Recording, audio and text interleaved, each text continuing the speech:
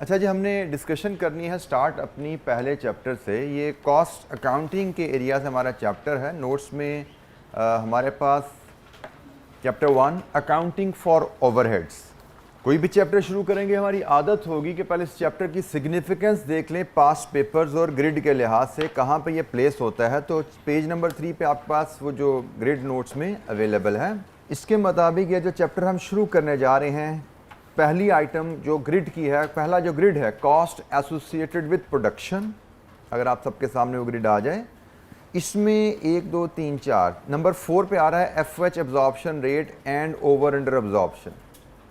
This is the primarily area जो कि हम इस चैप्टर में सीखने जा रहे हैं। और इस चैप्टर की इस चैप्टर से आप अपीयरेंस देख सकते हो। ऑटम रिसेंट अटेम्प्ट में 4 मार्क्स थे, उससे पहले ऑटम 17 में full 11 marks, then 2 marks, 12 marks, 2 marks, 10 marks. तो कभी स्मॉल मार्क्स टेस्ट हो रहे हैं 2-4 नंबर, कभी 10-12 नंबर का एक अच्छा साइजेबल क्वेश्चन हमें यहाँ पे इस एरिया से टेस्ट हो रहा है। सो पहला चैप्टर है, लेकिन एग्ज़ाम में इसकी अपीयरेंस हमें काफ़ी फ्रीक्वेंटली नज़र आ रही है। अच्छा जी, before we start discussing overheads and accounting for overheads, थोड़ा सा आपका हम रीकैप अगर लें, आपका नॉलेज जो आपने पहले एक्वायर किया होगा अबाउट कॉस्ट क्लासिफिकेशन। आपने कॉस्ट क्लासिफिकेशन की हेडिंग पढ़ी हुई है जी? कॉस्ट क्लासिफिकेशन या कॉस्ट बिहेवियर की एक हेडिंग आपने पढ़ी होगी। तो क्लासिफिकेशन के कई तरीके हैं, उसमें से एक तरीका जो मैं इस वक्त डिस्कस करना चाहूँगा, बाकी आगे क्लासिफिकेशन में चलते जाते हैं, फिक्स्ड एंड वेरिएबल कॉस्ट।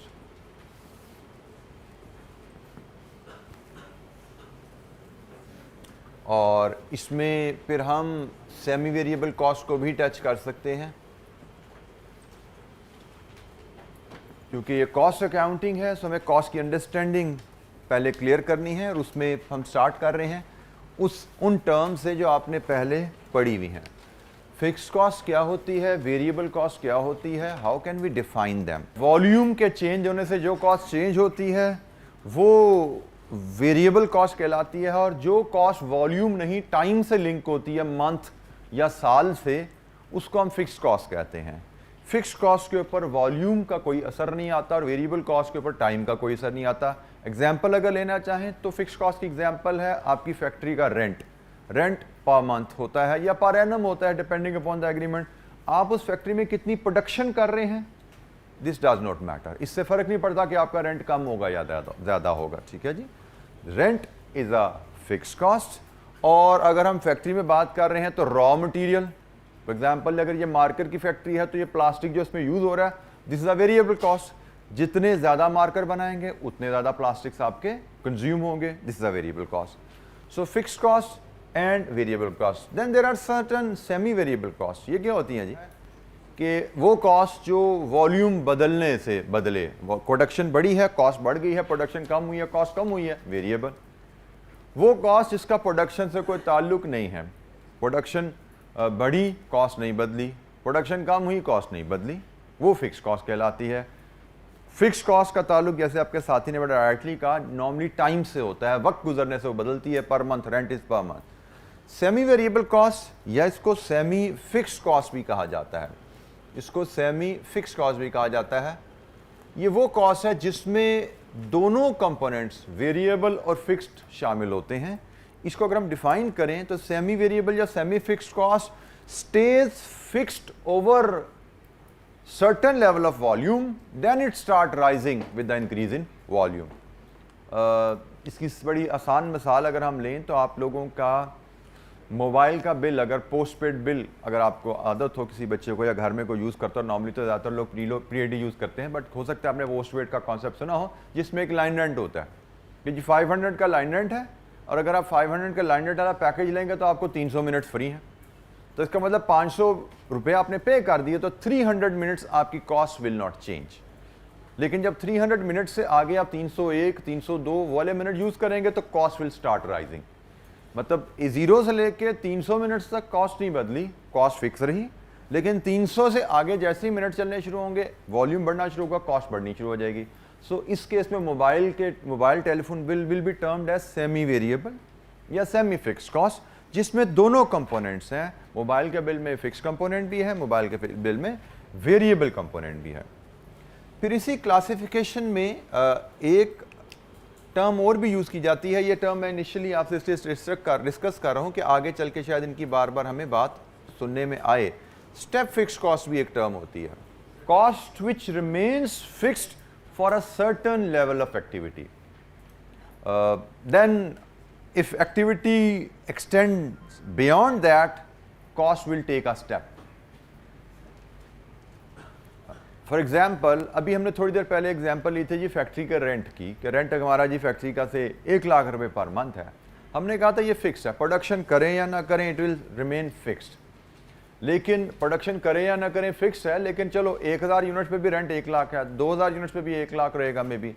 अगर हम प्रोडक्शन बढ़ाते जाएं 5000, 20000, 50000, लाख, क्या एक ही फैक्ट्री में सारे यूनिट्स हम बना पाएंगे जितनी मर्जी प्रोडक्शन बढ़ा दें? The answer is no. Every production capacity, every production unit has a capacity. एक उसकी लिमिट है ना, कितने यूनिट बना सकता है। हो सकता है हमने जो फैक्ट्री रेंट पे ली है उसकी लिमिट है 10,000 यूनिट बनाने की। इसका मतलब अगर हमारी प्रोडक्शन 0 से बढ़ते बढ़ते 10,000 तक चली जाए तो रेंट नहीं बदलेगा। लेकिन अगर हमने 10,000 से ज़्यादा यूनिट्स बनाने हैं तो फिर हमें एक और फैक्ट्री किराए पे लेनी पड़ेगी। Rent will take a step. अब दूसरी फैक्ट्री है, उसकी कैपेसिटी भी 10,000 है। इसका मतलब अगर तो हम 20,000 तक प्रोडक्शन ले जाएं तो हमारे लिए 2 फैक्ट्रियाँ काफ़ी हैं। 10,000 एक यूनिट से लेके 20,000 तक 2 फैक्ट्रियाँ काफ़ी हैं। लेकिन अगर हम चाहें 20,000 से भी ज़्यादा प्रोडक्शन करना तो फिर हमें तीसरी फैक्ट्री की ज़रूरत है। अब है तो कॉस्ट रेंट, लेकिन ये अब स्टेप में बढ़ रही है। स्टेप, इसको हम स्टेप फिक्स कॉस्ट कहते हैं। ऐसी फिक्स कॉस्ट जो सिर्फ एक सर्टन लेवल ऑफ वॉल्यूम पे फिक्स रहे और उसके बाद चेंज हो जाए, बढ़ जाए, उसको स्टेप फिक्स कॉस्ट कहते हैं। ग्राफ में अगर देखें तो अगर हम यहाँ पे वॉल्यूम प्लॉट करें और यहाँ पे हम फिक्स कॉस्ट प्लॉट करें तो fix cost, step fix cost का बिहेवियर ऐसे होता है कि जैसे जैसे वॉल्यूम बढ़ता है कांस्टेंट रहेगी, फिर जैसे ही वॉल्यूम एक सर्टेन लेवल पे पहुंच जाएगा एक स्टेप आ जाएगा, फिर ये कांस्टेंट हो जाएगी, फिर स्टेप आ जाएगा and so on. This is an example of graphical representation of step fix cost. X axis पे हमने वॉल्यूम को लिया है, वाई एक्सिस पे हमने फिक्स कॉस्ट को लिया है। जैसे मैं आपको एग्जाम्पल दे रहा था, 0 से लेकर 10,000 यूनिट्स तक कॉस्ट फिक्स रही, नहीं बदली। लेकिन जैसे ही 10,000 यूनिट से आगे प्रोडक्शन की कॉस्ट बढ़ के ऊपर चलेगी।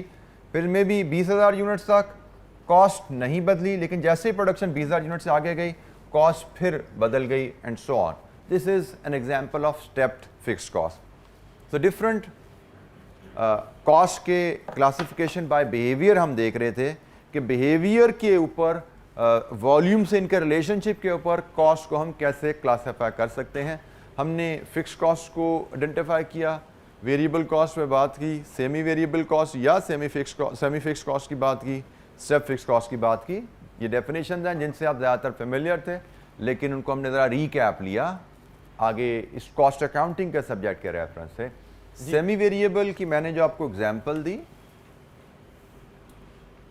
इसको ग्राफिकली अगर मैं आपसे प्रेजेंट करूं, उसी अंदाज में वॉल्यूम यहाँ पे ले लें और कॉस्ट हम यहाँ पे ले लें। तो मैंने जो आपसे बात की कि मोबाइल का बिल मैंने आपको कहा 0 मिनट्स हैं, 0 से 300 मिनट्स फॉर एग्जांपल आपको फ्री हैं और लाइन रेंट आपका 500 रुपये है, तो आपकी कॉस्ट 500 ही रहेगी। आप 0 मिनट इस्तेमाल करो या 300 मिनट इस्तेमाल करो। लेकिन अगर आप 301 मिनट इस्तेमाल करोगे फिर में भी 2 रुपये पर मिनट आपकी कॉस्ट बढ़नी शुरू हो जाएगी। इसके बाद ये लाइन ग्राफ की ऐसे चली जाएगी। अब ये मोबाइल का बिल है, मोबाइल का जो टेलीफोन बिल है उसकी ये ग्राफ है and this graph is representing showing that mobile का बिल इज सेमी वेरिएबल या सेमी फिक्स्ड कॉस्ट, क्योंकि मोबाइल के बिल में दोनों कंपोनेंट्स हैं, कुछ फिक्स्ड कॉस्ट है और कुछ वेरिएबल कंपोनेंट है। Cost will remain fixed as long as our usage is within 300 minutes, and cost will start rising if our usage extends beyond 300 minutes. So this is an example of semi-variable या semi-fixed cost. जी बेटा, clear? जी, any other question? कोई और सवाल? Cost classification और classification by behavior पे हमने बात की। Step fixed cost में I repeat define करूँ अगर, तो fixed cost remains fixed over a certain level of activity, then increases in a step. For another given volume of activity. जैसे यहां पे 10,000 यूनिट के लिए ये फिक्स है, 10,000 यूनिट से प्रोडक्शन आगे गई तो अगले 10,000 के लिए ये बढ़ गई, अगले 10,000 यूनिट्स के लिए बढ़ी है, हर यूनिट के साथ नहीं बढ़ी। अब वेरिएबल कॉस्ट होती है जो हर वॉल्यूम में चेंज के साथ बदलना शुरू हो जाए, दिस इज नॉट वेरिएबल। जो रेगुलरली वॉल्यूम में चेंज से बदलती है that is variable cost, this is not variable cost. In reality अगर हम बात करें ना तो दुनिया में, रियल लाइफ में, रियल बिजनेसेस में there is no fixed cost. In fact every fixed cost is stepped in nature. कोई भी cost by definition fix cost क्या जी, जितना मर्जी वॉल्यूम हो जाए फिक्स कॉस्ट चेंज नहीं होती बाय डेफिनेशन अगर बात करें।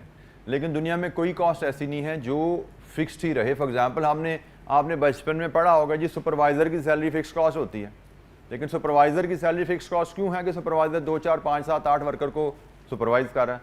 तो क्या 100 वर्कर हो जाएंगे फिर भी एक सुपरवाइजर चाहिए होगा? 200 वर्कर को भी एक सुपरवाइजर देख पाएगा?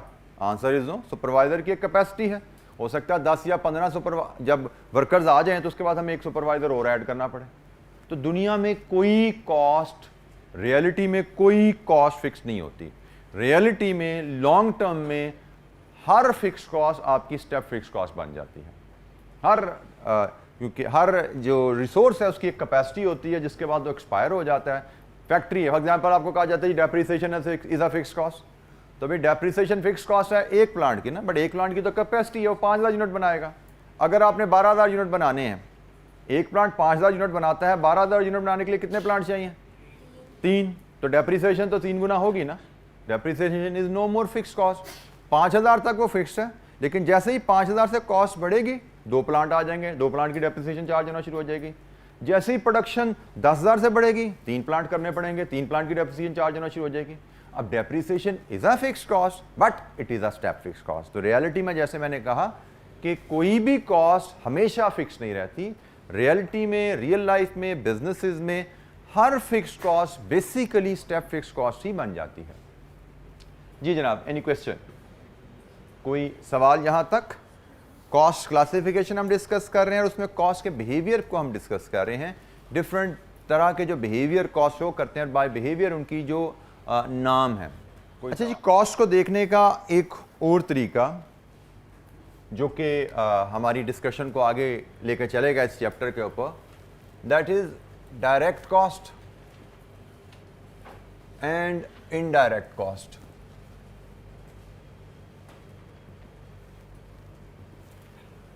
Direct cost and indirect cost, ये क्लासिफिकेशन भी आपने देखी होगी जी। हाँ, फर्नीचर की वर्कशॉप में जाते हैं, हम ये डाइस बना रहे हैं, जिस फर्नीचर वर्कशॉप में ये डाइस बन रहा है उस फैक्ट्री के खर्चों की हम बात कर रहे हैं। उस फैक्ट्री में जो खर्चे हो रहे हैं, फैक्ट्री के सारे खर्चे प्रोडक्शन के लिए होते हैं, वो प्रोडक्शन कॉस्ट हैं। सारे खर्चे किराया दे रहे हैं, कारपेंटर को दे रहे हैं, हेल्पर को सैलरी दे रहे हैं, बिजली का बिल जा रहा है, वो सारे प्रोडक्शन कॉस्ट हैं। फैक्ट्री कॉस्ट को हम प्रोडक्शन कॉस्ट भी कहते हैं। अब प्रोडक्शन कॉस्ट के 2 हिस्से होते हैं, एक डायरेक्ट कॉस्ट, एक indirect cost. Any cost which is incurred for the production and can be traced with accuracy to the product। वो खर्चा जो इस डाइस को बनाने में लगा और हम उसको विद एक्यूरेसी मेजर कर सकते हैं और ट्रेस कर सकते हैं कि इस डाइस पे वो खर्चा कितना लगा है, तो that will be direct cost. Direct cost में आपके डायरेक्ट मटेरियल भी आ सकता है, आपकी डायरेक्ट लेबर भी आ सकती है, आपके डायरेक्ट एक्सपेंसेस भी आ सकते हैं। इसी फर्नीचर वर्कशॉप की मिसाल है। सिमिलरली इनडायरेक्ट में भी यही बातें हैं, मटेरियल भी है, लेबर भी है और एक्सपेंसेस भी हैं। मैं दोबारा अगर डेफिनेशन पे आऊं, any cost incurred for the production of a product which can be traced and measured with accuracy. ये डेफिनेशन नोट्स में अवेलेबल है, you can follow it from there. which can be measured and traced with accuracy to the product। कि ये खर्चा इस product बनाने पे जो लगा है वो प्रिसाइजली कितना खर्चा आया है इस टेबल को बनाने में, वो डायरेक्ट कॉस्ट है। और इसको उलट कर दें, ऐसा खर्चा जो ट्रेस नहीं हो सकता वो इनडायरेक्ट है। ऐसा खर्चा जो एक्यूरेसी से ट्रेस नहीं कर सकते कि इस डाइस को बनाने में कितना लगा, उसको इनडायरेक्ट कहते हैं। अब हम डिफरेंट एग्जाम्पल से इसको डिफ्रेंशिएट करते हैं डायरेक्ट कॉस्ट और इनडायरेक्ट कॉस्ट को। एग्जाम्पल में हम सबसे पहले मिसाल लेते हैं मटीरियल की। There are materials which are required for manufacturing of this dice। आप फर्नीचर वर्कशॉप में जाएंगे जहाँ पे ये डाइस बन रहा है, तो वहाँ पे जो मटेरियल यूज़ हो रहा है उसमें सबसे पहला बड़ा मटेरियल जो हमें नज़र आ रहा है वो इस वुडन शीट है। वुडन शीट इस डाइस को बनाने में इस्तेमाल की गई है। तो wooden sheet can be measured with accuracy के इस टेबल को बनाने में कितने फुट शीट लगी? The answer is yes, we can easily measure कि भाई इस टेबल को बनाने में कितने फुट शीट लगी है। और अगर हमें पता लग जाए कितने फुट शीट लगी है, हमारे पास कॉस्ट पर फुट अवेलेबल है, तो हम easily would use in this table की कॉस्ट मेजर कर सकते हैं। तो डायरेक्ट कॉस्ट की डेफिनेशन क्या है? Any cost which can be traced with accuracy, which can be measured and traced with accuracy to the product, उसको हम डायरेक्ट कॉस्ट कहते हैं। तो इस टेबल में जब वुड की ये शीट लगी है, it is direct material, it is material and it is direct material as we can measure with accuracy के इस टेबल को बनाने में कितनी वुड लगी है, हम उसको लंबाई चौड़ाई इजीली मेजर कर सकते हैं, कितनी वुड लगी है उसको माप सकते हैं, और उसके मुताबिक हमें कॉस्ट पता है, हमने ये लकड़ी कितने रुपए फुट खरीदी थी, मल्टीप्लाई करके हम लकड़ी की कॉस्ट इस टेबल में इजीली ट्रेस कर सकते हैं। सो this is direct material. Similarly ये वुडन जो स्ट्रिप लगी नजर आ रही है आपको सामने, हम अगर मेजर करना चाहें ये कितने फुट लगी हुई है, ये भी बड़ा आसान है। ये एक जगह ये नजर आ रही है, जितनी जगह जहां जहां नजर आ रही है रनिंग फुट नाप लीजिए, आप इसको भी देख सकते हैं एंड यू नो आपने इसकी क्या प्राइस पे की हुई है। तो ये जो वुडन स्ट्रिप है ये भी आपकी डायरेक्ट मटेरियल है, क्योंकि it can be measured with accuracy, भाई कितने फुट लगी है, कितना खर्चा आया होगा, इसे विद एक्यूरेसी मेजर कर सकते हैं। लेकिन इसी टेबल को बनाने में एक और मटेरियल भी इस्तेमाल हुआ है, और वो है आरी का ब्लेड। आरी का blade it is a physical material ना, जिससे सारी ये लकड़ियां कटी हुई हैं, वुडन शीट्स कटी हुई हैं। Can we measure with accuracy के एक ब्लेड ने कितने टेबल बनाए, उसने कितनी लकड़ियां काटी? The answer is no. Blade तो उसमें आरी में चल रहा है, उसका एक सर्टन लाइफ होती है, कभी वो जल्दी टूट जाता है, कभी ज़्यादा चल जाता है, और जब टूटता है नया लगा देते हैं, फिर चलता रहता है काम। सो ब्लेड भी मटेरियल है जो कि इस टेबल को बनाने में इस्तेमाल हुआ, but that can not be measured with accuracy कि ब्लेड की कॉस्ट पर डाइस क्या है। वुडन शीट की cost per dice can be measured, wooden strip की cost per dice can be measured, but blade की cost per dice can not be measured with accuracy. So example में हमने बात की material के लिए हमने वुड ली, और यहां पे इनडायरेक्ट मटेरियल के लिए हमने ब्लेड लिया। हम फर्नीचर वर्कशॉप की मिसाल लेके चल रहे हैं। इनडायरेक्ट मटेरियल की एक और मिसाल भी हम ले सकते हैं। आपको पता है आजकल मोटराइज्ड मशीन्स होती हैं। मोटराइज्ड मशीन फॉर एग्जांपल आपका जो ब्लेड है वो किसी मशीन में फिट होता है, और वो जो घूमती है मशीन, उससे ये टेबल कट हो रहे हैं। तो जो मशीन घूम रही है उसमें यकीनन आपने को ऑयल एंड लुब्रिकेंट्स भी यूज़ किए होंगे, ऑयलिंग की होगी उसकी, जो भी मशीन है उसमें ऑयल या ग्रीस डलती है, वो भी मटीरियल है। बट कैन यू मेजर के जो ऑयल डाल रहा है मशीन में, जो ग्रीस डाल रही है मशीन में, पर टेबल खर्चा कितना आ रहा है? The answer is no. तो हम कह सकते हैं कि जो लुब्रिकेंट्स हैं मशीन के, वो भी आपका इनडायरेक्ट मटेरियल है। तो डायरेक्ट मटेरियल और इनडायरेक्ट मटेरियल को हमने डिफरेंशिएट किया। हमने असूल सीख लिया डायरेक्ट और इनडायरेक्ट का, जो कॉस्ट सामने आएगी उसको उस असूल पे परख लिया हमने। तो हमने बात असूल क्या सीखा है? ऐसी कॉस्ट जो हम ट्रेस कर सकते हैं विद एक्यूरेसी कि इस टेबल पे कितनी लगी, वो डायरेक्ट है, और ऐसी कॉस्ट जो हम ट्रेस नहीं कर सकते कि इस टेबल पे कितनी लगी, वो इनडायरेक्ट है। और फिर हमने कहा जी डायरेक्ट कॉस्ट इनडायरेक्ट मटेरियल भी हो सकते हैं, लेबर भी हो सकते हैं, एक्सपेंसेस भी होते हैं। उनमें हम एग्जांपल्स आइडेंटिफाई कर रहे हैं। लेबर पे आते हैं जी। सिमिलरली वही डेफिनेशन है कि भाई लेबर से मुराद, लेबर कॉस्ट से मुराद क्या है? किसी ह्यूमन को उसकी सर्विसेज के against payment. This is the definition of labour cost. किसी इंसान को उसकी सर्विसेज के अगेंस्ट पेमेंट करना, दैट इज लेबर कॉस्ट। अब लेबर कॉस्ट आपकी फैक्ट्री में गार्ड भी सैलरी ले रहा है, अकाउंटेंट भी सैलरी ले रहा है, कारपेंटर भी सैलरी ले रहा है, हेल्पर भी सैलरी ले रहा है, स्टोर कीपर भी सैलरी ले रहा है। ये सारी लेबर की कॉस्ट है, लेबर में क्लासिफाई होती हैं। ये सारी फैक्ट्री की कॉस्ट है और लेबर की कॉस्ट है। अब हम देखेंगे वो कौन सी लेबर है जिसकी cost can be measured with accuracy. क्या फैक्ट्री के जो गेट कीपर हैं, गार्ड हैं, उनकी सैलरी हम मेजर कर सकते हैं कि एक टेबल बनाने में कितना खर्चा आया with accuracy? Answer is no. Factory का guard is not involve in making table. How we can relate his salary to manufacturing of table? So इसका मतलब जो फैक्ट्री के गार्ड की सैलरी है वो डायरेक्ट लेबर नहीं है, वो शायद इनडायरेक्ट लेबर है। Factory salary of factory guard,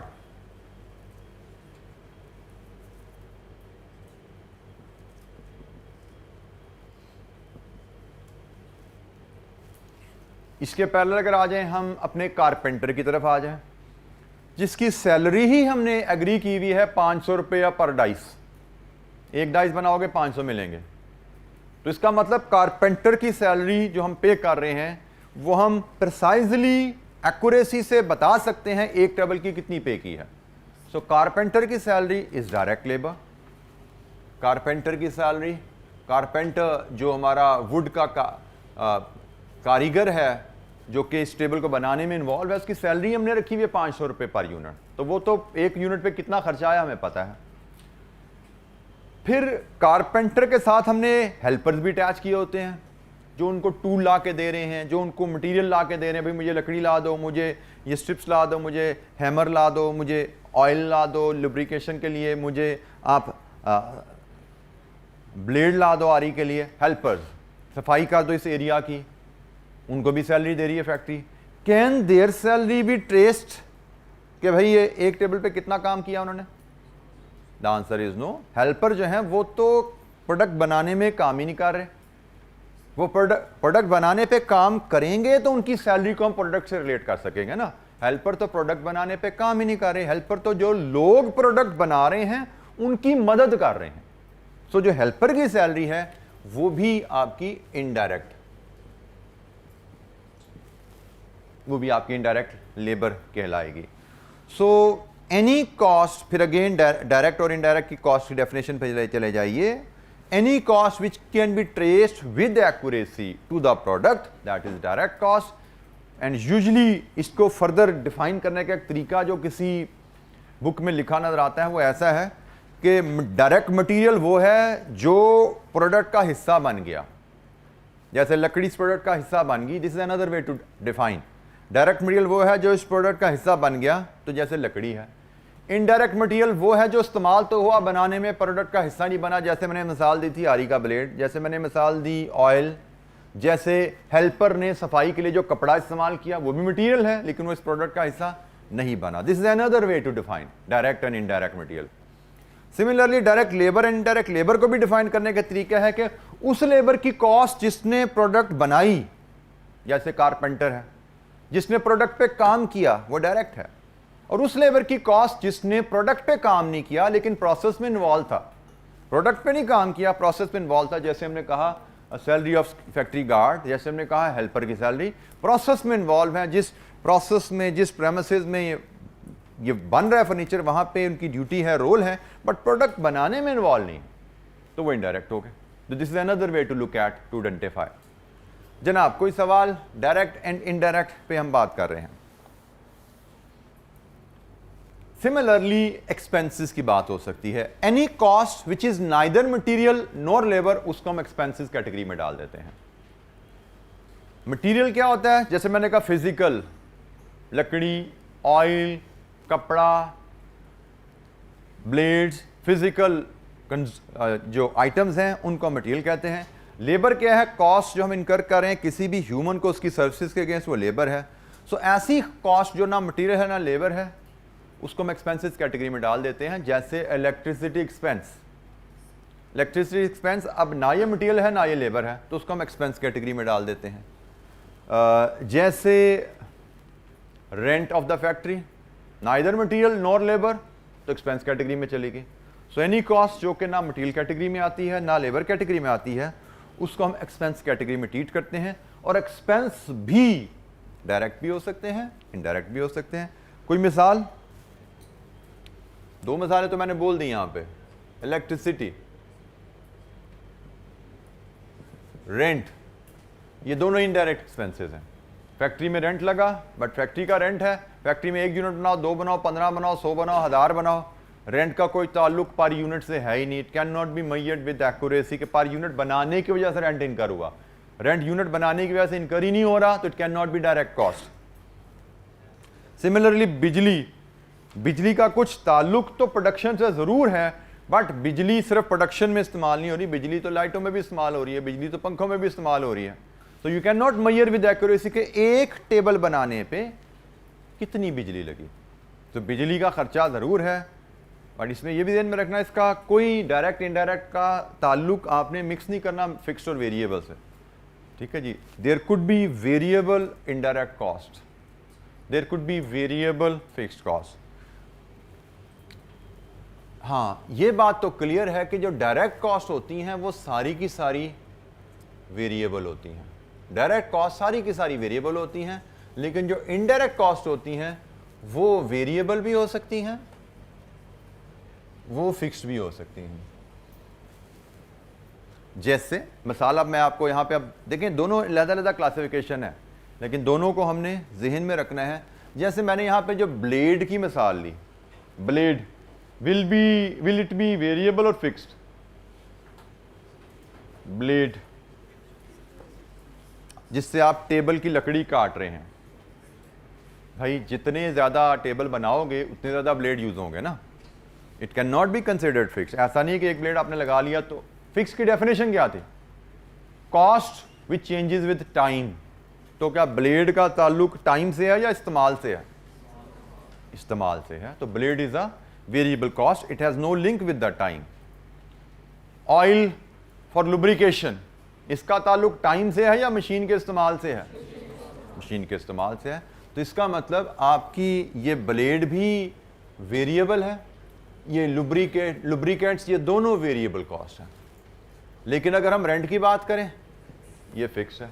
electricity की बात करें तो ये नॉर्मली सेमी फिक्स्ड होती है। इलेक्ट्रिसिटी घर में आपको जो बिल आता है, अगर आप बिजली इस्तेमाल ना भी करो तो 500-700 का बिल आ जाता है, कोई ना कोई चार्जेस टैक्सेस लग जाते हैं।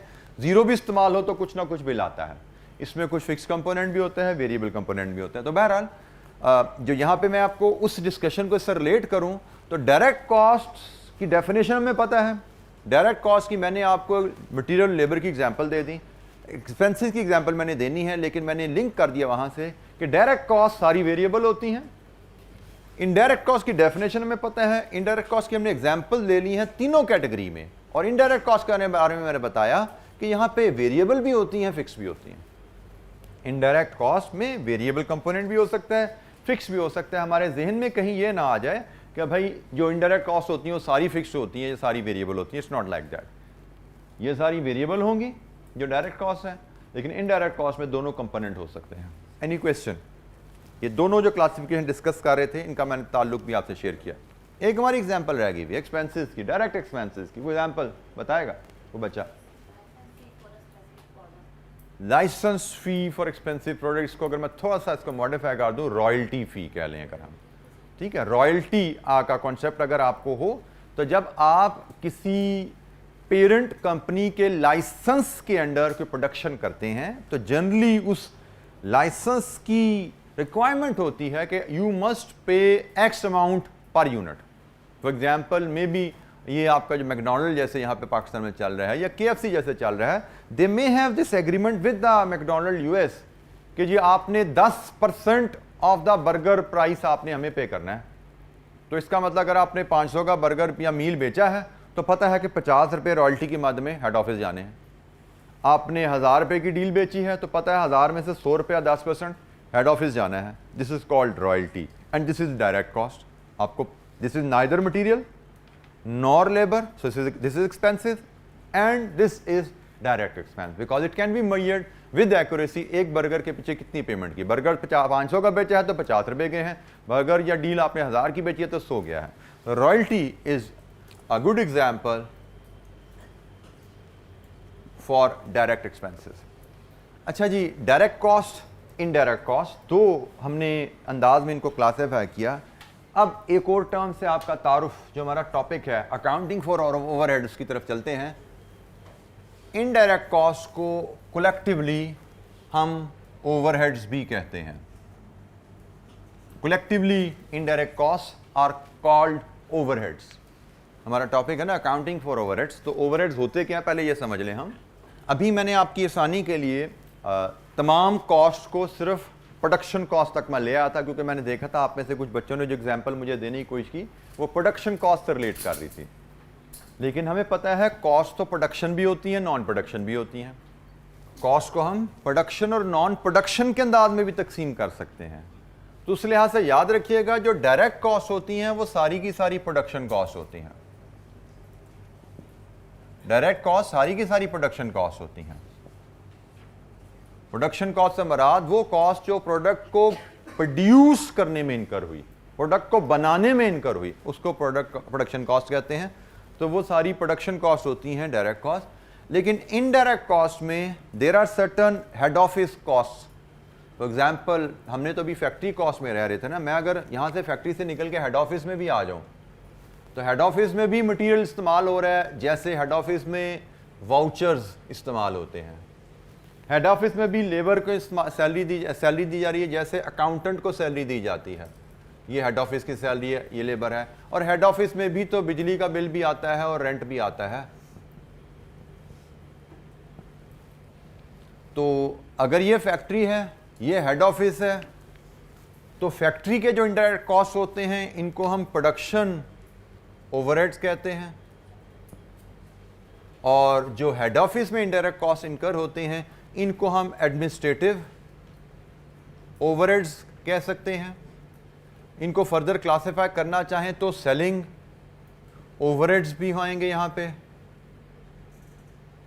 इनको मजीद क्लासिफिकेशन देखना चाहें तो इनकी डिस्ट्रीब्यूशन ओवरहेड्स भी इनको कहा जा सकता है।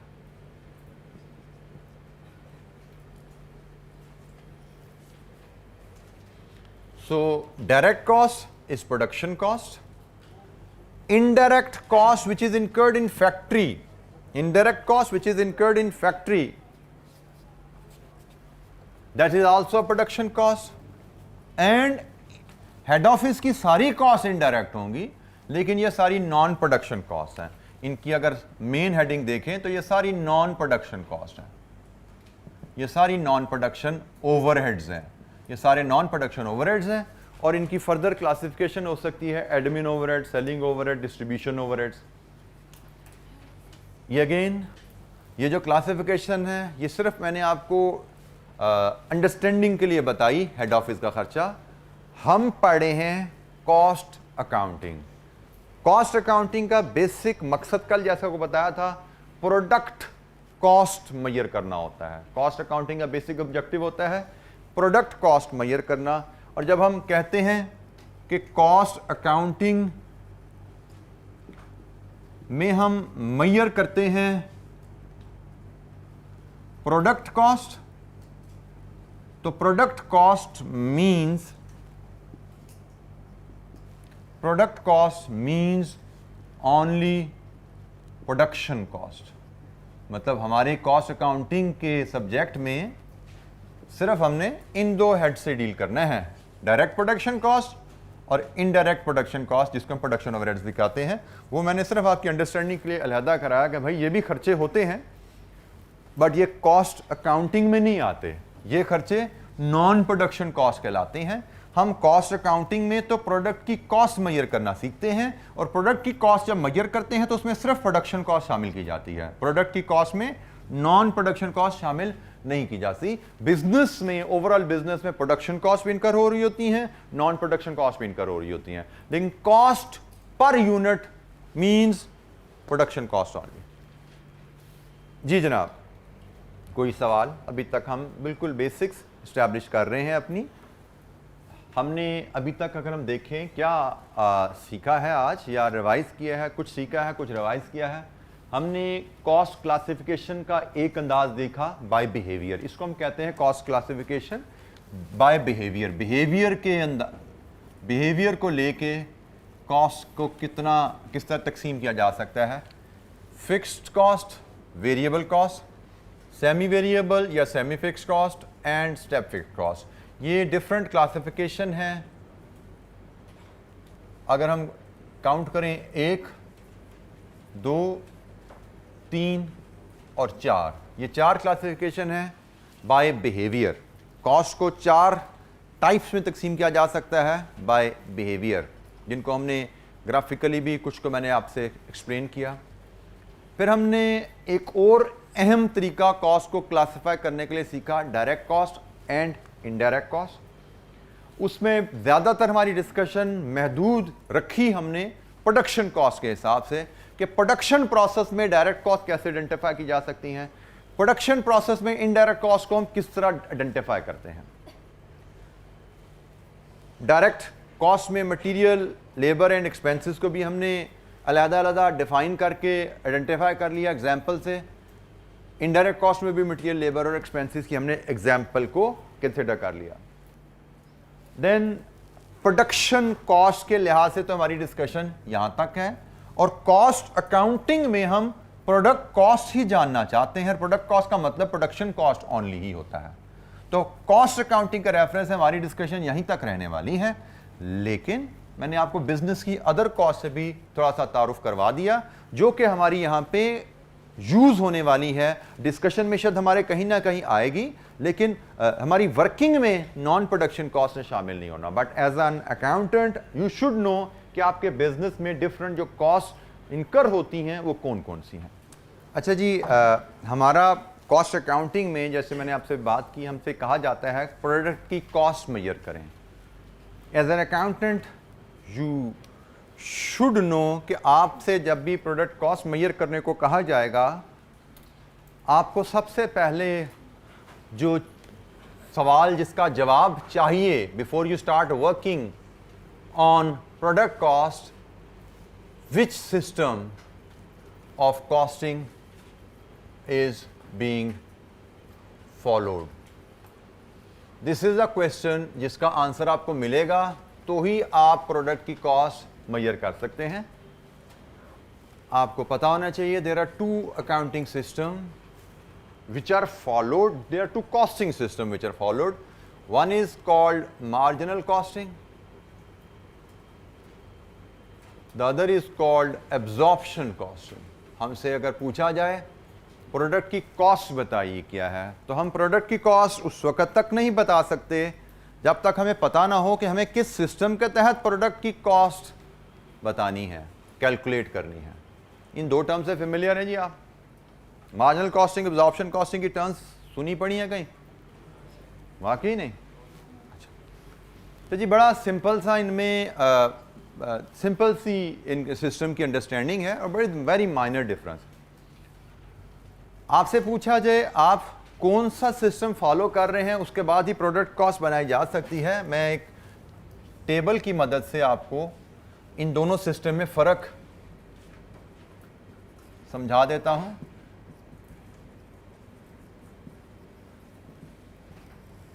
अगर आपसे कहा जाए कि बताइए एक प्रोडक्ट की कॉस्ट, प्रोडक्शन कॉस्ट, हम प्रोडक्शन कॉस्ट की बात करते हैं, ये मैंने आपको क्लियर कर दिया। जब भी हम प्रोडक्ट कॉस्ट की बात करें, प्रोडक्शन कॉस्ट की बात कर रहे हैं, तो उसके हम एलिमेंट्स, कंपोनेंट्स देखें। प्रोडक्ट बनाने में एक मटेरियल होता है जी, एक लेबर होती है और एक एक्सपेंसेस होते हैं, जिसमें हमें पता है कुछ डायरेक्ट होते हैं और कुछ आगे इनडायरेक्ट कंपोनेंट्स होते हैं। तो डायरेक्ट कॉस्ट का हिसाब हो गया। फिर इनडायरेक्ट कॉस्ट भी लगती हैं प्रोडक्ट बनाने में, जिनको हम ओवरहेड्स कहते हैं। और ओवरहेड्स हमारे वेरिएबल भी हो सकते हैं, ओवरहेड हमारे फिक्स भी हो सकते हैं। जो हमारी यहाँ पे अंडरस्टैंडिंग, मैंने आपसे कहा था कि डायरेक्ट कॉस्ट सारी वेरिएबल होती हैं, लेकिन इनडायरेक्ट कॉस्ट जिनको हम प्रोडक्शन ओवरहेड्स कहते हैं वो वेरिएबल भी हो सकते हैं, फिक्स भी हो सकते हैं। तो ये हमारी किसी भी प्रोडक्ट को बनाने में जो डिफरेंट हेड्स जिनमें हम कॉस्ट इनकर करते हैं, ये सारी प्रोडक्शन कॉस्ट हैं।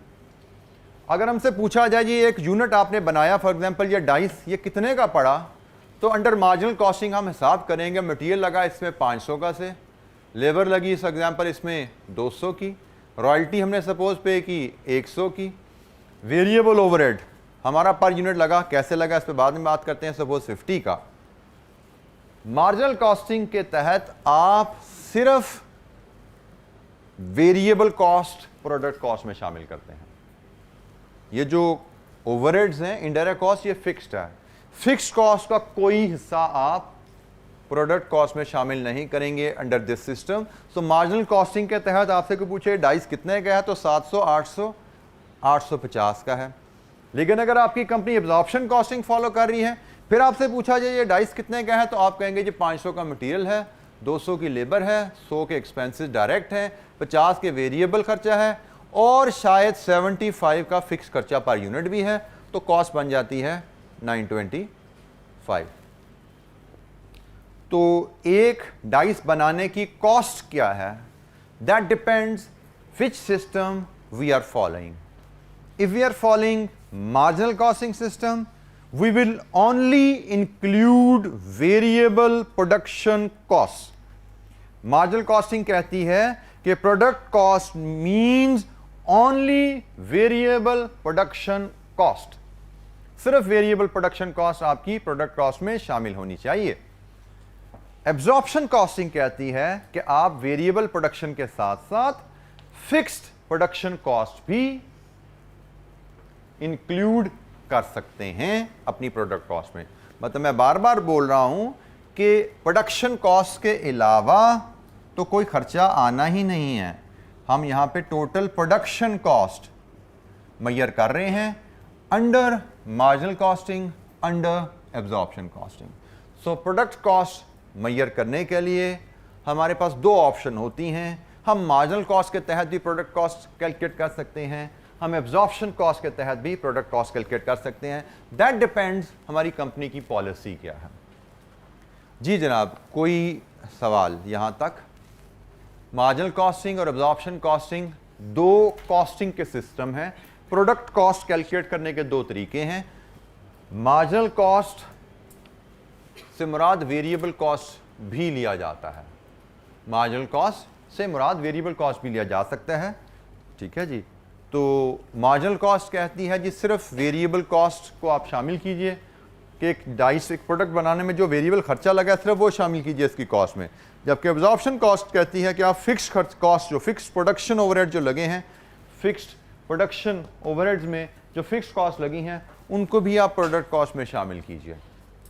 सो एक ही प्रोडक्ट है लेकिन सिस्टम पे डिपेंड करते हुए यही प्रोडक्ट 850 रुपये पर यूनिट रिपोर्ट होगी बैलेंस शीट में और यही प्रोडक्ट 925 रुपये पर यूनिट रिपोर्ट होगी बैलेंस शीट में, depending which policies company is following. Company marginal costing follow कर रही है, ये प्रोडक्ट 850 रुपये पर यूनिट बैलेंस शीट में नजर आएगी।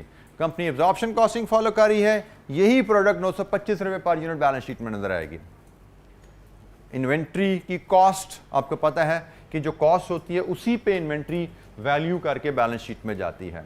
अच्छा, एक चीज़ आपको यहाँ पे याद होनी चाहिए from your financial accounting knowledge. Financial accounting में आपने IS2 यकीनन टच किया होगा इन्वेंट्री के ऊपर, इन्वेंट्री वैल्यूएशन के ऊपर।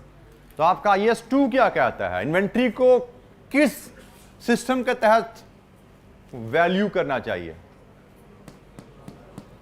Absorption costing. आपका IS2 जो है दैट रिक्वायर्स कि आपकी इन्वेंट्री की जो बैलेंस शीट में वैल्यू है वो एब्जॉर्प्शन कॉस्टिंग पे आनी चाहिए।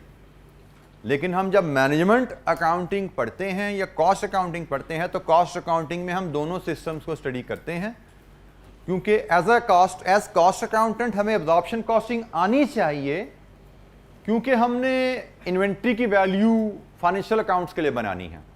फाइनेंशियल अकाउंट्स अकाउंटिंग स्टैंडर्ड के तहत बनाए जाएंगे, उसमें इन्वेंट्री की वैल्यू एब्जॉर्प्शन कॉस्ट पे आनी है।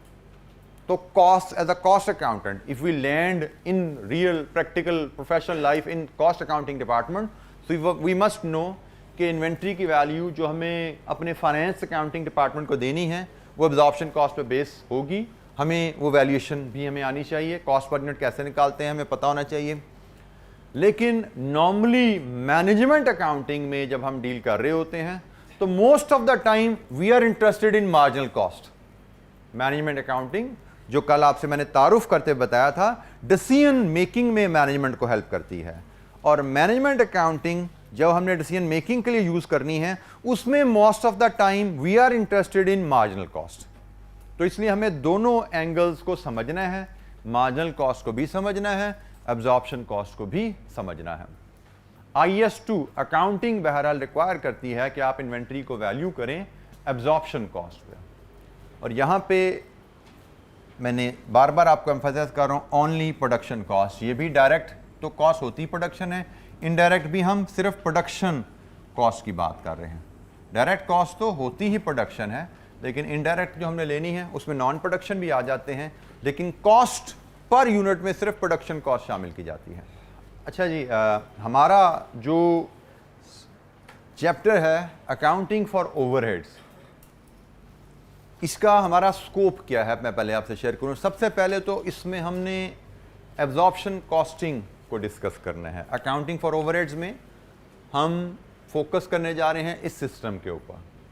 मार्जिनल कॉस्ट की बात आगे चल के करेंगे, मेनली हमारा फोकस एब्जॉर्प्शन कॉस्टिंग सिस्टम के ऊपर है। मैंने जैसे आपसे शेयर किया कि हमारा मकसद कॉस्ट अकाउंटिंग में होता क्या है, product cost per unit measure करना। ठीक है जी, product cost per unit measure करना, this is primary motive of cost accounting subject. जो डिफरेंट टूल्स हमें कॉस्ट अकाउंटिंग में मिलते हैं उनका मकसद सिर्फ हमें फैसिलिटेट करना है कॉस्ट पर यूनिट मेजर करने में, कि हम जो प्रोडक्शन कर रहे हैं, जो प्रोडक्शन करके हम बेच रहे हैं, जो सर्विसेज हम प्रोवाइड कर रहे हैं, उनकी कॉस्ट पर यूनिट कैसे मेजर की जाए। This is the primary motive of different tools provided by cost accounting. अच्छा जी, हम डायरेक्ट कॉस्ट इनडायरेक्ट कॉस्ट समझ चुके हैं, तो उसके मुताबिक हम अगर इस प्रोसेस को अंडरस्टैंड करें, हमने कहा जी डायरेक्ट कॉस्ट वो होती है जो कॉस्ट पर यूनिट ट्रेस करना आसान है। इसका मतलब अगर हम इस डाइस की कॉस्ट पर यूनिट बनाना चाहते हैं तो मटेरियल इस पर कितना लगा, आसान है, हम मेजर कर सकते हैं। लेबर इस पर कितनी लगी, आसान है, मेजर कर सकते हैं। रॉयल्टी कितनी लगी, आसान है, हमें पता है। सो कॉस्ट पर यूनिट निकालने के लिए हमारे 1, 2, 3 कंपोनेंट्स तो बड़े आसान हैं। ये तो इस टेबल पे कितने लगे, ये तो हम बड़ी आसानी से मेजर कर सकते हैं, क्योंकि डेफिनेशन ही डायरेक्ट कॉस्ट की क्या है, विच can be measured with accuracy. तो ये तो हमारे लिए विद एक्यूरेसी मेजर करना मसला नहीं है। कितनी लकड़ी लगी, नापा, रेट लगाया, कॉस्ट आ गई। लेबर को कितने पैसे दिए, कॉस्ट आ गई। रॉयल्टी कितनी पे की, पता लग गया। चैलेंज आता है कि भाई ये कॉस्ट पर यूनिट कहाँ से लाएं। ये जो रेंट है, जो बिजली है, ब्लेड्स, लुब्रिकेंट्स, फैक्ट्री गार्ड की सैलरी, हेल्पर की सैलरी, इन सब को मिला के पर यूनिट खर्चा 125 रुपए जो यहां पे नजर आ रहा है, ये कैसे बनाया जाए, how to get this figure. ये वो प्रॉब्लम है जिसका मेनली सॉल्यूशन हमने इस चैप्टर में सीखना है। इसके अलावा भी कुछ सीखेंगे, अकाउंटिंग फॉर ओवरहेड्स, अकाउंटिंग उसकी बाद में आएगी। पहले ओवरहेड्स की कैलकुलेशन या ये कॉस्ट पर यूनिट बनाई कैसे जाती है, पहला पार्ट हमारा मेन डिस्कशन का ये है। बात शुरू हुई है कॉस्ट पर यूनिट बनाने से। कॉस्ट पर यूनिट बनाने के लिए हमने उसके एलिमेंट्स देखे कि भाई उसमें कुछ डायरेक्ट कॉस्ट के एलिमेंट्स होते हैं, कुछ इनडायरेक्ट कॉस्ट के एलिमेंट्स होते हैं। हम फोकस फिलहाल करने जा रहे हैं एब्जॉर्प्शन कॉस्टिंग पे। बाय डेफिनेशन हमें मार्जिनल कॉस्ट का भी पता है, बट हमारा फोकस एब्जॉर्प्शन कॉस्ट पे है।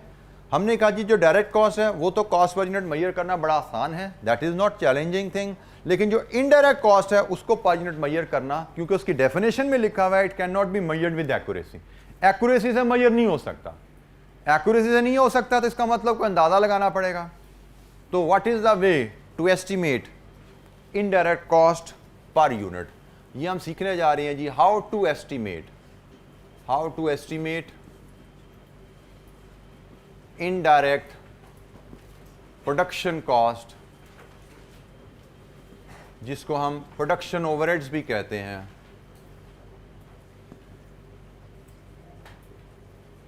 How to measure indirect production cost या प्रोडक्शन ओवरहेड्स पर यूनिट। ठीक है जी, ये हमारा जो नेक्स्ट डिस्कशन है इस पे शुरू होने जा रही है कि indirect production cost per unit कैसे निकालनी है। ये 125 रुपये पर यूनिट जो आया हुआ है, इस फिगर पे कैसे पहुंचना है, ये डिस्कशन शुरू होने जा रही है जी। बिफोर वी स्टार्ट डिस्कसिंग कि ये हमें कैलकुलेट कैसे करनी है, ज़रा इसकी ज़रूरत हमें क्यों पेश आ रही है उस पर ज़रा बात कर लें। एक तो ज़रूरत का मैंने वजह बता दी कि भाई कॉस्ट जब तक ये नहीं है, कॉस्ट पर यूनिट नहीं है, जब तक कॉस्ट पर यूनिट नहीं है बैलेंस शीट में इन्वेंट्री की वैल्यू आपकी नहीं आ सकती। बैलेंस शीट बनानी है ना फाइनेंशियल स्टेटमेंट, आपको पता तो है ये डाइस हमारे पास इन्वेंट्री में 500 यूनिट्स पड़े हुए हैं। अब 500 यूनिट्स हैं, बैलेंस शीट में इनकी वैल्यू रिफ्लेक्ट होनी है। कॉस्ट पर यूनिट क्या है ये पता होगा तो बैलेंस शीट में वैल्यू जाएगी। एक तो ये एस्पेक्ट होता है, ये तो है। लेकिन एस्पेक्ट फाइनेंशियल अकाउंटिंग की नीड, ये एस्पेक्ट है फाइनेंशियल अकाउंटिंग की नीड के। फाइनेंशियल अकाउंटिंग में बैलेंस शीट बनानी है, बैलेंस शीट में हमें कॉस्ट पर यूनिट चाहिए, लेकिन हम यहां पे पढ़ रहे हैं cost and management accounting. So primarily हमारा focus cost accounting as a tool है to support in management decision. Cost accounting और मैनेजमेंट अकाउंटिंग दोनों सब्जेक्ट बड़े जुड़े हुए सब्जेक्ट हैं, मतलब इसीलिए हम एक ही हेडिंग में इसको पढ़ रहे हैं, cost and management accounting. Management accounting की डेफिनेशन आपको दी थी, इसमें वो टूल्स पढ़ते हैं जो आपकी मैनेजमेंट को बिजनेस डिसीजन लेने में हेल्प करते हैं। और कॉस्ट अकाउंटिंग की डेफिनेशन हमने पढ़ी थी कि भाई इसमें आप वो टूल पढ़ते हैं जिसकी वजह से कॉस्ट पर यूनिट कैलकुलेट की जाती है। और अगर मैं इन दोनों को कंबाइन करूं तो मैनेजमेंट अकाउंटिंग में मोस्ट ऑफ द इंफॉर्मेशन जो यूज की जाती है वो कॉस्ट अकाउंटिंग से जनरेट होती है। फॉर एग्जांपल, आपको एक मिसाल दी थी कल कि मैनेजमेंट अकाउंटिंग में एक आपको जरूरत पड़ती है, एक डिसीजन मेकिंग की बात आई थी, जिसमें मैंने कहा था कंपनी को बाज़ का फैसला करना पड़ता है on the price of a product. और शायद मैंने इसी डाइस की मिसाल दे दी थी कि हमारे पास एक कस्टमर आया, उसने कहा ये डाइस मुझे आप बना के दीजिए, 50 डाइस बनवाने हैं मैंने, मुझे इनकी प्राइस कोट कीजिए। अब दिस इज अ डिसीजन कि हम कस्टमर को क्या प्राइस कोट करें। अब प्राइस क्या देनी है ये किस पे डिपेंडेंट होगा? कॉस्ट, कि भाई इसकी कॉस्ट क्या है। किसी भी प्रोडक्ट की आप प्राइस क्या सेट करेंगे, उसमें प्राइमरी डिटर्मिनेंट कॉस्ट है, भाई बनी कितने की है चीज। उसके बाद बात आती है कि भाई इसमें कितना प्रॉफिट ऐड करना है, प्राइस क्या कोट करनी है। तो अब वो जो मैंने ताल्लुक कहा था कॉस्ट और मैनेजमेंट का, वो मैं आपसे शेयर कर रहा हूं कि कॉस्ट अकाउंटिंग आपको बताती है ये चीज बनी कितने की है, और मैनेजमेंट अकाउंटिंग उस इंफॉर्मेशन को यूज करके डिसीजन लेने में आपको हेल्प करेगी। ये चीज बनी कितने की है वो कॉस्ट अकाउंटिंग ने बताया, और इसमें कितना प्रॉफिट ऐड करना चाहिए, what are the determinants, how to make our price competitive, ये मैनेजमेंट के डिसीजन होते हैं। लेकिन जो मैंने बात की आपसे, मैनेजमेंट अकाउंटिंग में जो मैनेजमेंट डिसीजन लेने हैं उसकी इंफॉर्मेशन आपको कॉस्ट अकाउंटिंग सिस्टम से मिलती है। तो अगर दोबारा हम उसी रिक्वायरमेंट पे आए कि भाई हमें कॉस्ट पर यूनिट मेजर करनी पड़ती है। कॉस्ट पर यूनिट मेजर करने के लिए एक रीज़न मैंने आपसे तो शेयर की थी कि भाई हमें फाइनेंशियल स्टेटमेंट बनानी है, लेकिन वहाँ पे मैंने आपको क्लियर कर दिया कि वो फाइनेंशियल स्टेटमेंट तो फाइनेंशियल अकाउंटिंग का एरिया है। हमारे लिए यहाँ पे इस रूम में इस सब्जेक्ट को पढ़ते हुए financial accounting is not the major concern. हमारे लिए तो कंसर्न है कि हमने मैनेजमेंट अकाउंटिंग, मैनेजमेंट को सपोर्ट करना है। तो हम यहाँ पे बात करते हैं कि हमें कॉस्ट पर यूनिट चाहिए, क्यों? क्योंकि मैनेजमेंट ने कल को प्राइस करनी है। ठीक हो गया, हमें कॉस्ट पर यूनिट मेजर करनी है क्योंकि मैनेजमेंट ने कल को ऑर्डर्स पे प्राइसिंग करनी है। कस्टमर आएगा तो उसने मैनेजमेंट ने प्राइस कोट करनी होगी, तो प्राइस मैनेजमेंट तब तक नहीं कोट कर पाएगी जब तक हम मैनेजमेंट को कॉस्ट नहीं बताएंगे। तो इसलिए हमें कॉस्ट पर यूनिट मेजर करने की जरूरत है, और हम एब्जॉर्प्शन कॉस्टिंग के तहत कॉस्ट पर यूनिट मेजर करना सीखेंगे। नीड बड़ा ज़रूरी होता है कि आपको कोई भी आप टॉपिक पढ़ रहे हों उसका बैकग्राउंड आपका क्लियर होना चाहिए, उसकी किस सिचुएशन में, किन हालात में वो टूल इस्तेमाल किया जाता है, ये आपको क्लियर होना चाहिए। अगर आपने चीज़ों को समझा नहीं हुआ थ्योरेटिकल बैकग्राउंड के साथ तो आपकी अंडरस्टैंडिंग अच्छी नहीं हो पाती। जब अंडरस्टैंडिंग अच्छी नहीं होती तो एग्ज़ाम में जो क्वेश्चंस आपको आते हैं आप उन क्वेश्चन को नहीं समझ पाते। उन क्वेश्चंस में जो प्रॉब्लम छुपे होते हैं, जो इम्प्लिसिट प्रॉब्लम होते हैं, इम्प्लिसिट का डिक्शनरी मीनिंग होता है जो आपके साथी ने थोड़ी देर पहले वर्ड यूज़ किया था, छुपे हुए। ठीक है, तो जो इम्प्लिसिट प्रॉब्लम होते हैं आप समझ नहीं पाते अगर आपको टॉपिक पे अच्छी ग्रिप नहीं है। ठीक है, सो आपको, इसीलिए मैंने कल, अगर आपको याद हो तो मैंने आपसे कहा था कि if you want to succeed in the coming attempt इंशाअल्लाह, जो कि मेरा भी टारगेट है और आपका भी टारगेट होना चाहिए, देन यू मस्ट रीड।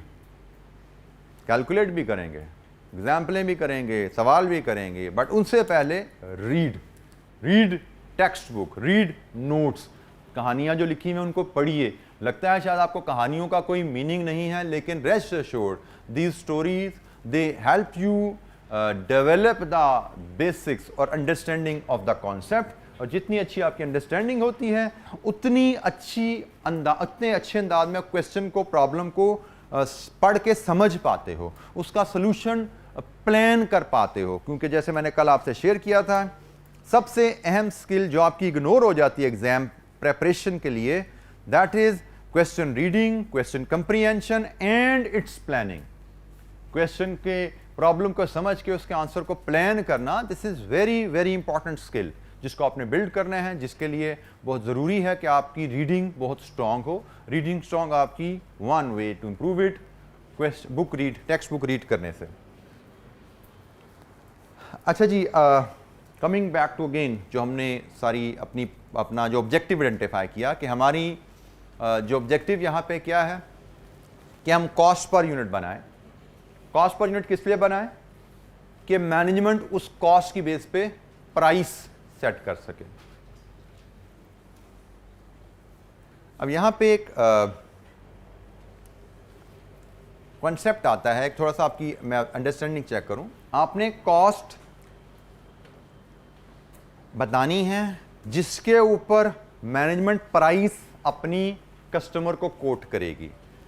तो वो कॉस्ट जो कि यूज होगी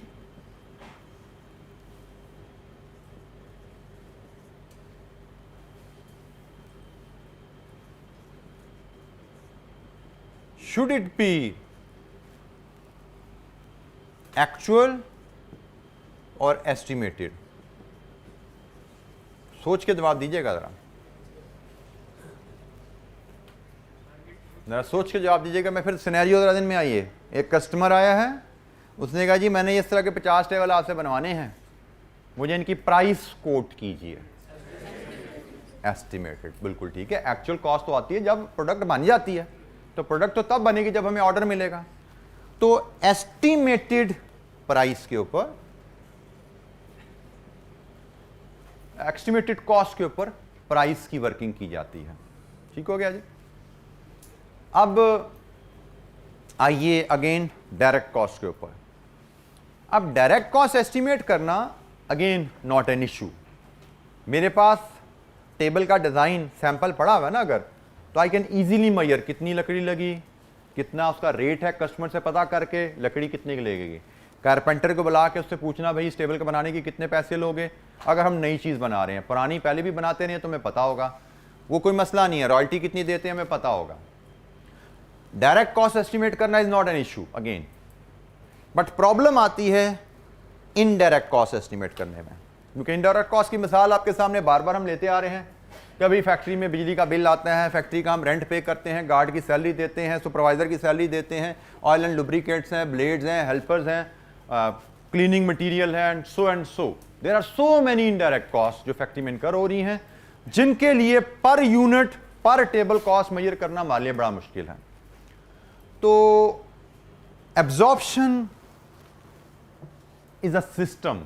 एब्जॉर्प्शन जो हम पढ़ने जा रहे हैं, एब्जॉर्प्शन कॉस्टिंग, एक तो एब्जॉर्प्शन कॉस्टिंग है, एक एब्जॉर्प्शन प्रोसेस भी है। एब्जॉर्प्शन कॉस्टिंग क्या है? कॉस्ट कैलकुलेट करने का तरीका जिसमें ये सारे एलिमेंट्स आते हैं। एक टर्म है आगे एब्जॉर्प्शन प्रोसेस। अब हम उसको समझने जा रहे हैं, क्योंकि एब्जॉर्प्शन प्रोसेस हमारा अब आगे हमें हेल्प करने जा रहा है, गाइड करने जा रहा है।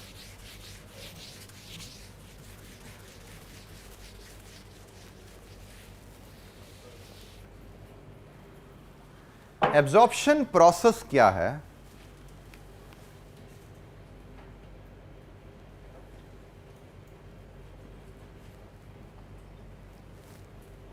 This was absorption costing. वो क्या है? क्लियर, उसमें कोई एम्बिग्विटी नहीं। अब आगे है एब्जॉर्प्शन प्रोसेस। एब्जॉर्प्शन प्रोसेस है, it is a systematic way of estimating overhead cost, production overhead cost per unit. It is systematic way कह लो या process कह लो, process of estimating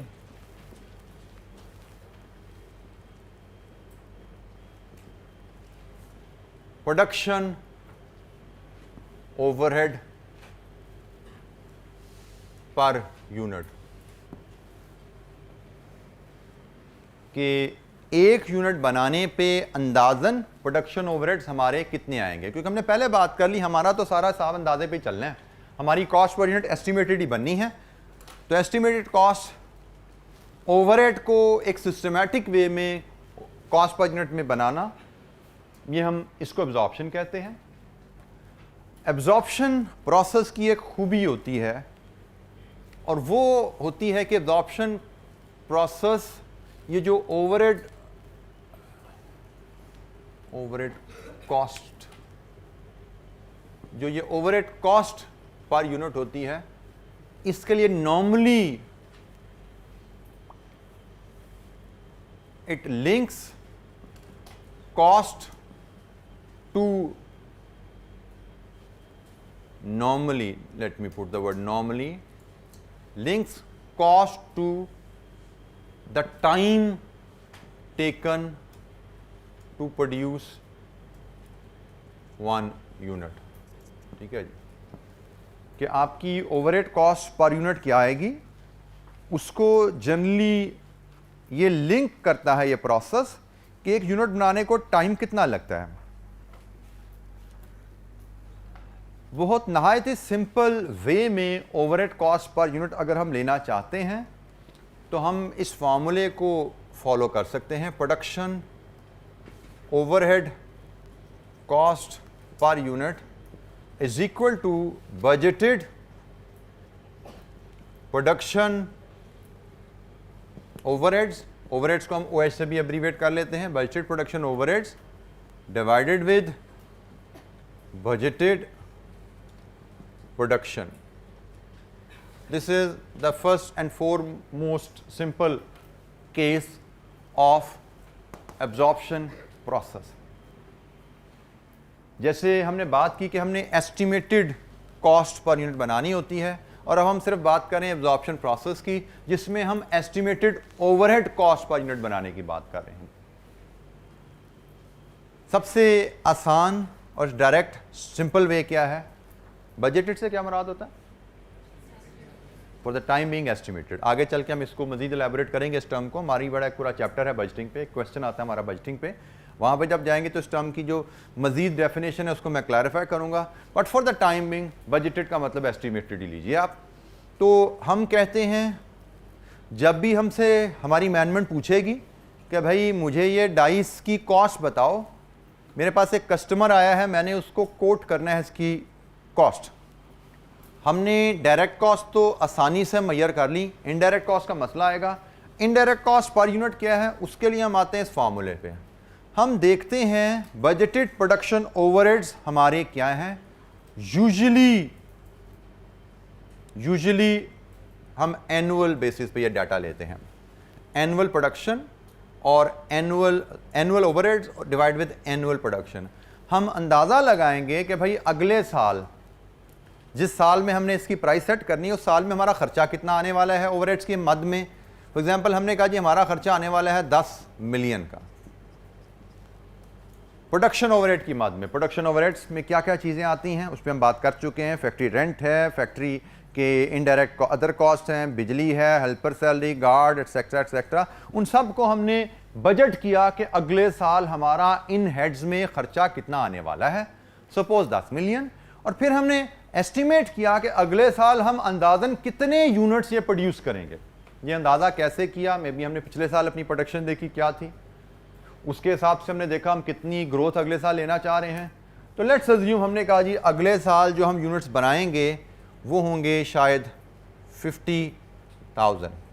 तो यहाँ से हम निकालिए आपकी कॉस्ट क्या आती है जी,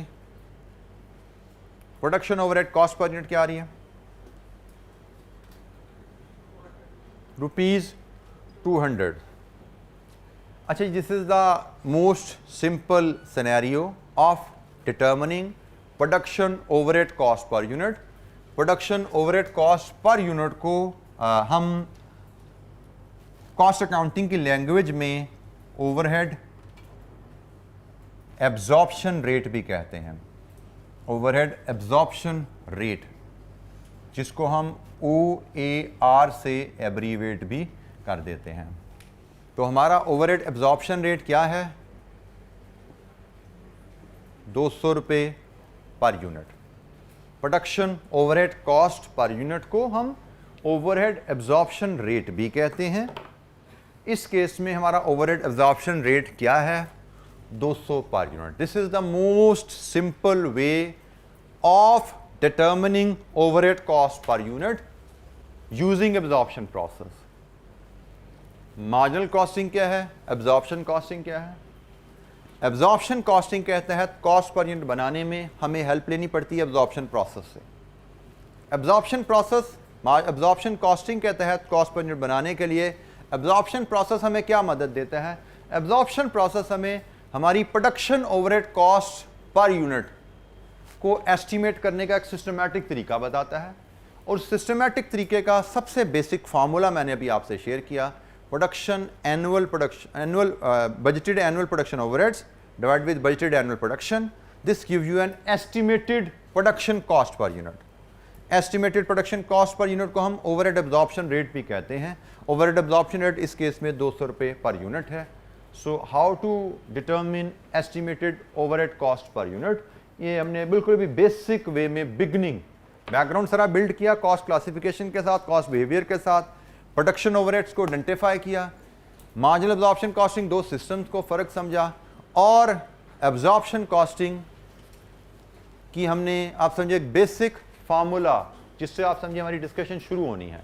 अभी हमने अकाउंटिंग फॉर ओवरहेड्स पे ऐसा डिस्कशन शुरू ही नहीं की, हमने उसकी फाउंडेशन बनाई है। अभी आज के लेक्चर हमने सारी उसकी फाउंडेशन बनाई है। आज के लिए इतना जी, थैंक यू वेरी मच। आपको क्लास में अगर कोई दिक्कत हो, क्वेश्चन हो, कुछ बच्चों को क्लास में टाइम ना मिले सवाल पूछने का, you can always meet me after the class. I am also the principal of this campus, तो नीचे प्रिंसिपल ऑफिस में you can visit me class के अलावा टाइमिंग में। If you have any query, घर में कोई दिक्कत है आपको इलस्ट्रेशन करने में, रिवीजन में, क्लास पे सवाल पूछना is encouraged, but still if you feel कि आपको क्लास के बाहर मुझे मिलना है, you can meet me in my office. Thank you, अस्सलाम वालेकुम।